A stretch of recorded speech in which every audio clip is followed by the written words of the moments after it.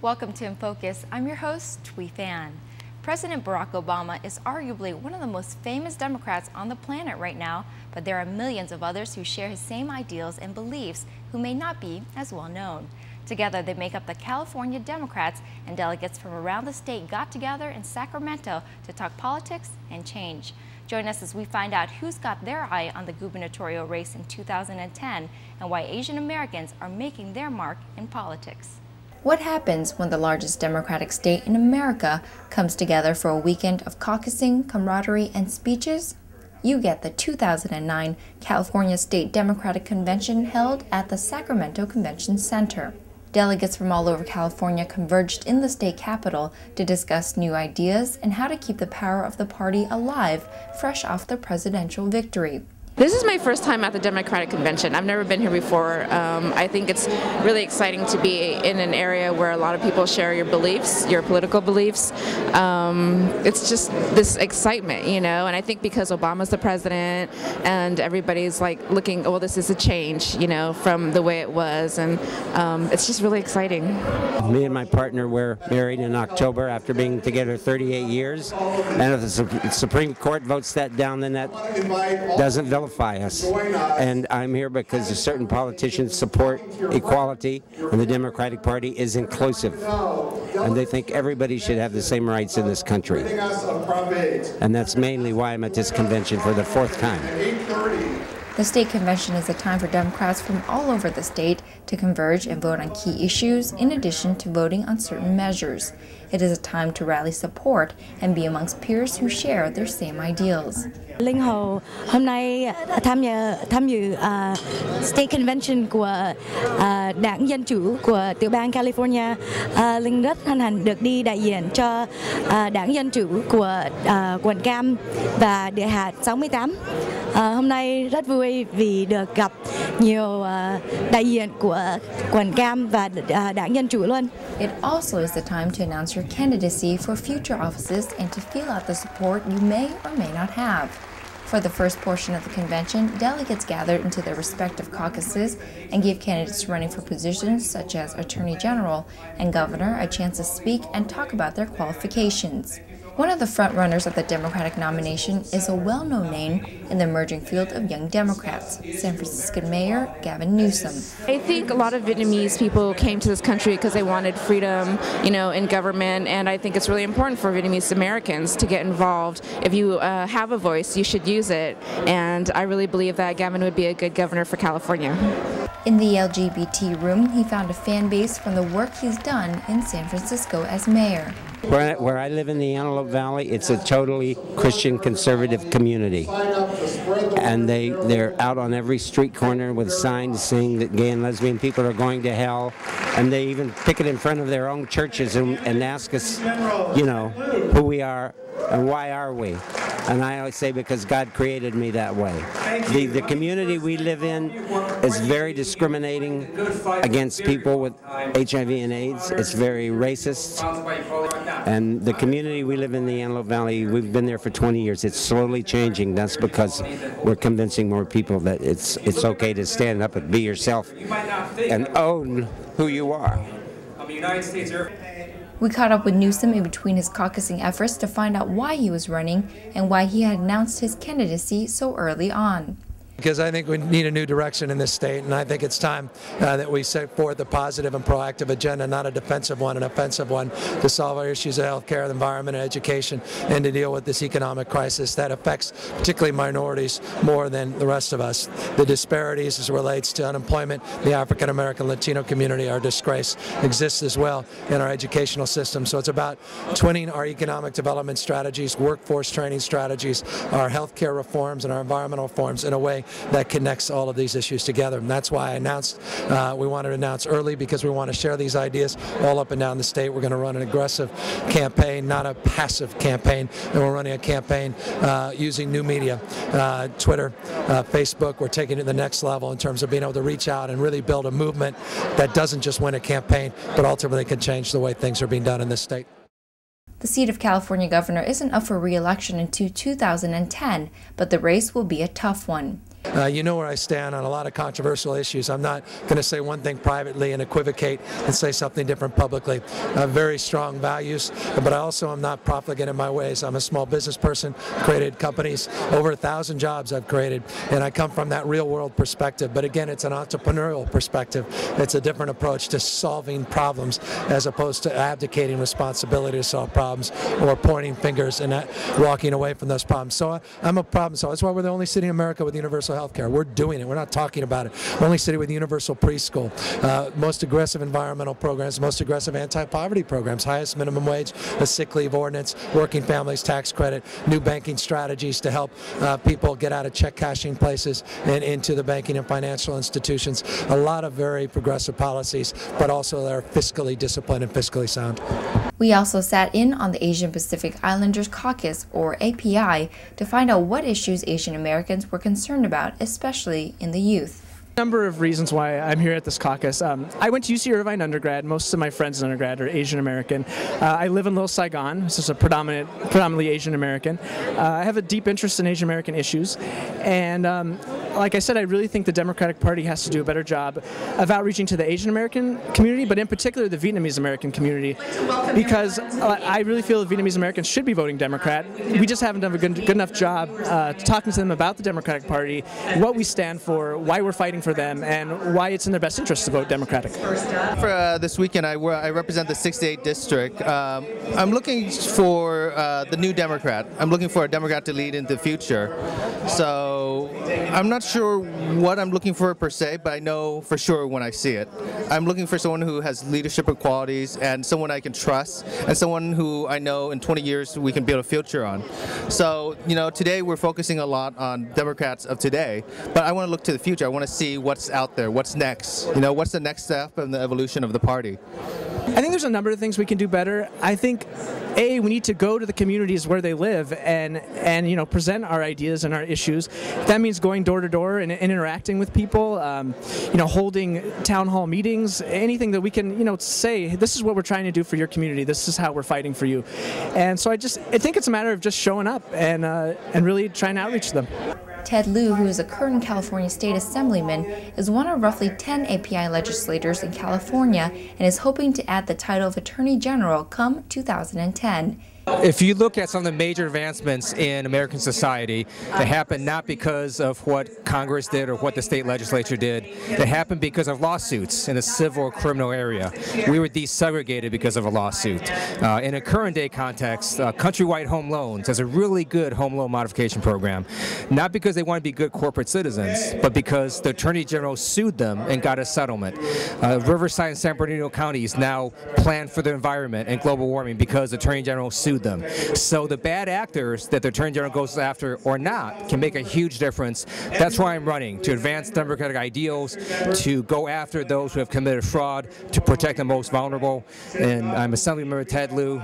Would love to have your support. I think the whole issue that faces all of us, it's the whole issue of newcomers and investing in programs to allow people the ability to become part of our community. So it's language services, it's immigration and naturalization services, it's issues associated with H-1B visas, particularly for the Asian community. I come from a city where over a third of our population is of Asian descent, and not just Chinese community, but the Filipino community, which is huge in the San Francisco Bay Area, and the Korean community. We have one of the few remaining Japantowns left in America, and one of the things that I'm very proud of is our commitment to celebrating that diversity, not just tolerating that diversity, and making sure we appoint people to these diverse positions, and not just, again, based upon one's race and ethnicity, but also gender, and making sure that we have strategies and that we've advanced, for example, in San Francisco, with the first Asian American police chief in the United States of America, a woman, Chief Heather Fong. And we also have a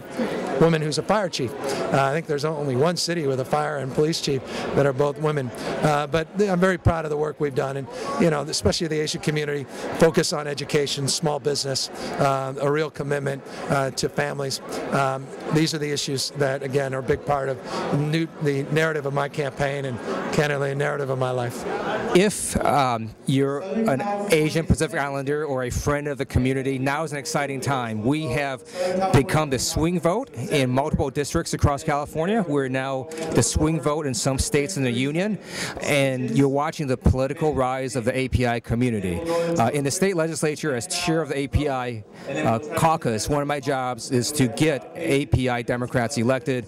We now have 10 such Democrats, the most in California history. In 1991, we had 0. This is so important because in a state of limited resources, if you don't have people asking for things for the community, nothing's going to happen. So you need API legislators to go fight for the community, to stand up against discrimination, to stand up against hate crimes, to stand up against unfair UC admissions policies. That's why it's so important to get involved and to vote. Immigrants and an immigrant of a communist nation, I think it's very important for us as Vietnamese Americans to represent democracy, to spread the idea of democracy, to spread the idea of republicanism, so that future generations know that, you know, we came here for a reason. We didn't come here just for basic economic rights. You know, we came here for political freedom and political rights, and also for economic freedoms and the freedom to choose your own future, to create your own path and destiny. You know, not to be stuck in a one-line party where you have to do what the government says. This place is, you know, America is a place where you can do what you want, and then a place where you can do what you hoped, and also a place to dream the dreams you never thought of, too.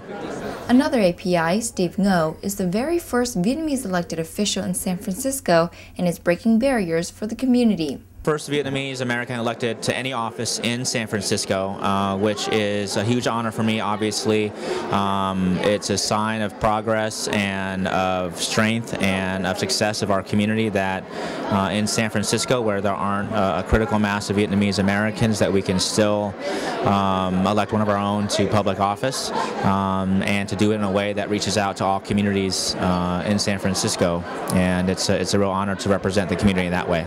He says the reason why he wants to go into public service is personal. There was someone who ran for office, someone who sat on a board like I sit on now. There was someone that sat in the state legislature and in Congress that said, let's give an opportunity for people to make the most of their lives. In my case, obviously, those policymakers left a huge mark, and not just in my life, but also in the life of our community. Because of public policy, we went to war in Vietnam, and because of public policy, my parents were brought here to the United States and met at a refugee camp in Arkansas. And because of public policy, someone's decision to create public housing projects housed me, and to fund public schools educated me, and to create and expand food stamps fed me. I can go on and on. But in this case, obviously, education is a fundamental value of not just Americans, but all those who come to this country seeking a better life. And it was an easy choice for me to work for the same opportunities that were given to me and my family, and in fact our community, by having a role in shaping education policy for others. His mom, who owns a nail salon, originally wanted him to take over the family business, but he says he found out quickly it wasn't his calling. It is rare for people in our community to go out there, especially on a in a political space, and stick our necks out. But it's important to remember and recognize that we have an obligation not just to our families, but also to our communities, and for us to give back how we can, and to focus on those problems not just in Vietnam, obviously, but also here in the United States when it comes to education policy, healthcare policy, and economic policy. So it's important for us to have a role and voice in this country as well. Coming up after the break, an inside look at the governor's mansion without having to travel to the state capitol. You won't want to miss it. Stay with us.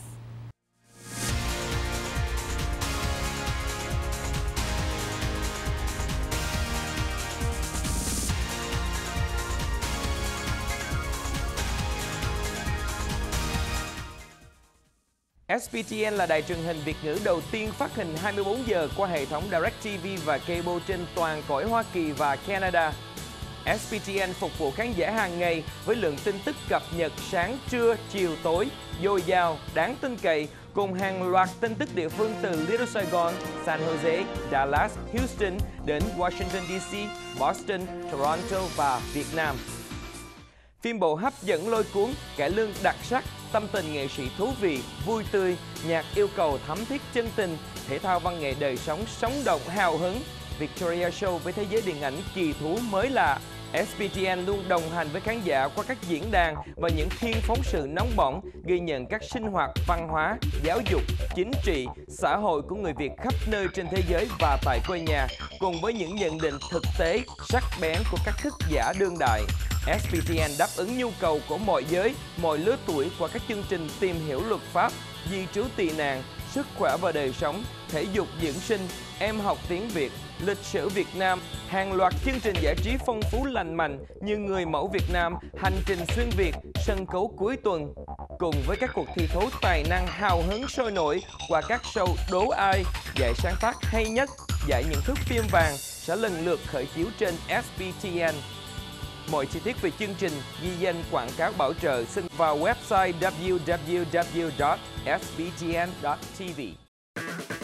SBTN hân hạnh giới thiệu DVD Người mẫu Việt Nam với cuộc thi tài sắc đầy hào hứng của 20 cô gái Việt trẻ đẹp, duyên dáng cùng chương trình ca nhạc đặc sắc với sự góp mặt của các tiếng hát trẻ trung được ái mộ nhất hiện nay: Thiên Kim, Lâm Nhật Tiến, Quốc Khanh, Đoàn Phi, Nguyễn Hồng Nhung, Christine Sa, Như Quỳnh, Đan Nguyên. 20 kiều nữ Việt, 20 niềm hy vọng, nhưng chỉ có duy nhất một danh hiệu Top Model, nên họ đã trải qua nhiều thử thách gay go, sôi nổi, phô trương những nét tuyệt mỹ và tài năng, đặc biệt nhất qua các chương trình biểu diễn thời trang và phong cách. We're lining up to go out on the runway and then we heard this boom. It's actually my mom's idea. She knew that this was a passion of mine since I was very young. Kính thưa quý vị, người đã thắng giải Top Model năm 2008 là thí sinh. Ai là Top Model 2008? Hãy mua DVD Người mẫu Việt Nam do Trung tâm Asia phát hành ngày 31 tháng 12 năm 2008.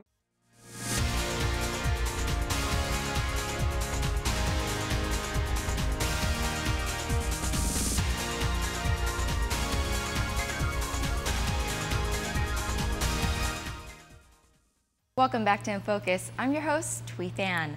Before the break, we took you inside the Sacramento Convention Center to the largest gathering of Democrats in the state of California. This segment will take you on a brief tour of the governor's mansion and see who may have their sights on claiming it in 2010.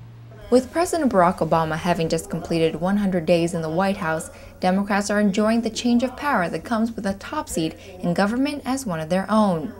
In Sacramento, top Democratic officials from Barbara Lee to Nancy Pelosi spoke to excited delegates about future things to look forward to. Before the break, we introduced you to Gavin Newsom and his aspirations of becoming the Democratic nominee for governor come 2010. He will have fierce competition if Jerry Brown, the current Attorney General and former two-term governor, decides to join in. I like to make government work, and right now government isn't working too well. And so I think I do have something to offer in my knowledge and my skill to make this dysfunctional government perform much, much better. For the time being, he says he's happy doing what he does. We bring actions, civil actions, against people who defraud people, like, for example, the Countrywide Mortgage Bank that had these subprime mortgages and now has foreclosed and jacked up the interest rates.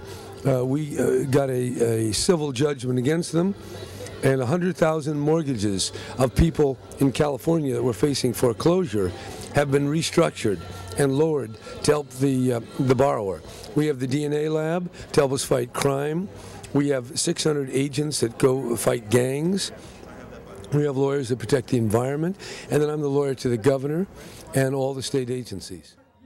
Although there has been much talk, it is not official yet if he will make a bid for California's top post. Very thankless job, and most of the governors, when they're finished, are more or less hated, or if they're not hated, they're certainly not respected. So it's a lot of work, and that's gives me pause. But on the other hand, I believe I could fix these problems in ways the other candidates can't, because all the ones that are running don't know really that much. And I think it's going to take a person who's not a Republican or Democrat partisan, but somebody who can bring everybody together. That's what I like to do. Whether or not he runs, the position is still a year away from being vacated, and much can happen in that time.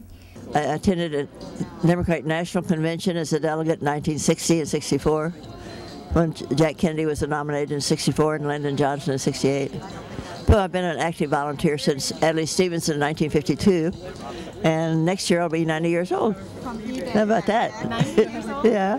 Theo Linh thì Linh nghĩ là rất quan trọng để đại diện cho Đảng Dân Chủ.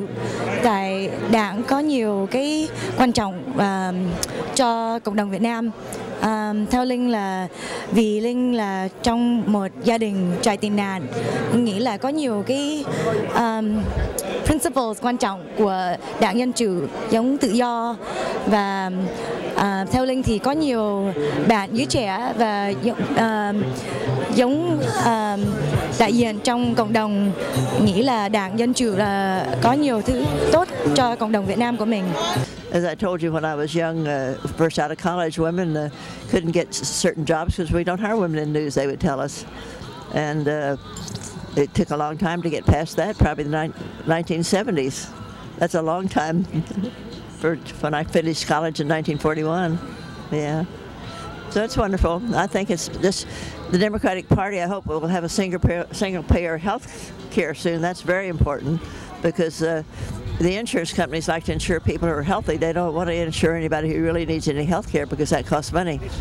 So that's the problem there. We've got to get Medicare for everybody at all ages, and the government needs to work on that. It would save a lot of money and help take care of a lot more people, children especially.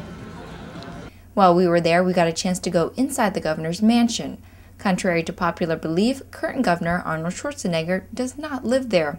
In fact, the last governor to have lived there was Ronald Reagan. Welcome to the Governor's Mansion. The house was built in 1877 as a private residence. It became California's Governor's Mansion in 1903 and was the home to 13 California governors, starting with George Pardee, and the last governor to live here was Governor Reagan and his wife Nancy, who lived here for about 3 months. Since that time, it's been a museum open to the public and for events like this, and we would encourage everyone here today to come back when you can have a guided tour. Today it's sort of self-guided with docents stationed throughout the house. So enjoy.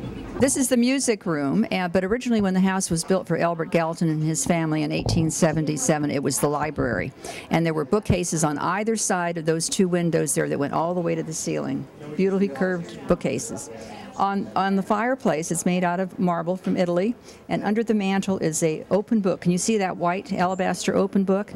If you were able to get closer, you'd see initials carved out of it, AG for Albert Gallatin. They used a lot of symbolism in Victorian times. And the mirror above it was imported from France, and William Shakespeare's profile is at the very top, indicating, again, library, books, literature. So in 1903, when it became the governor's mansion, and the first governor to live in it was Governor Pardee, and they were given a certain amount of money to be able to furnish the house because the house was empty then. He purchased that Steinway piano. So it sat there, so then it became the music room. The state of California purchased the house in 1903 to use as a home for California's first families for $32,500. Today, that amount couldn't even buy you a bathroom. Originally in 1877, Albert Gallatin said he stopped counting at $75,000. So, but you know, now today it's basically priceless, right? Beautiful, beautiful home. 14-foot ceilings here on the first floor. And the work up there is called scratch. And originally when that was made, it was made, the little designs were made on the floor, on a special flooring, and after it dried, they applied it to the ceiling, and then they put gold leaf on it. But through the years, the state can't afford to put gold leaf on it anymore, so it's just painted in gold paint. But it's very effective and a very beautiful home, beautiful example of Victorian architecture. Water closets were basically rooms, closets in each room that were, rather than bathrooms, you would have a sink and then a big pitcher of water. That's what you used rather than the faucets we have today. This is the governor's room. The pink room across the hall is the first lady's room. The green room was a children's room, also a guest bedroom. This was originally a nursery converted into a bathroom. Last year we just went through $1.2 million worth of restoration on the outside of the house. Not too much has been done on the inside. We're working on the third floor right now. 1967 was the last time it was used. Ronald Reagan was the last one to live here for 3 months. Before that, it was the Browns. They lived here for the entire 2 terms that he served in office. It was originally the office for Governor Pardee and remained in office until around 1927 when they turned it into a dining room. They put a box on the corner of the house to put a passageway through to the kitchen. This is a 1927 York air conditioner, which, as I understand, worked on the principle of a refrigerator. But they've replaced the original insides, which is now in storage in West Sacramento. They can always return it to the original artifact, but that is the, it has a modern air conditioner in it. It vents through the same way through the floor that the original air conditioner did. And the picture of Senator John F. Kennedy, who came here running for president to ask Governor Pat Brown to support him. One person has died in the House, Governor Olson's wife. Some people have suggested that the House is haunted with her ghost, but I'd have to leave that question to some of the state staff. While this convention comes on the heels of a big year for Democrats, there is much to be done and issues to be championed.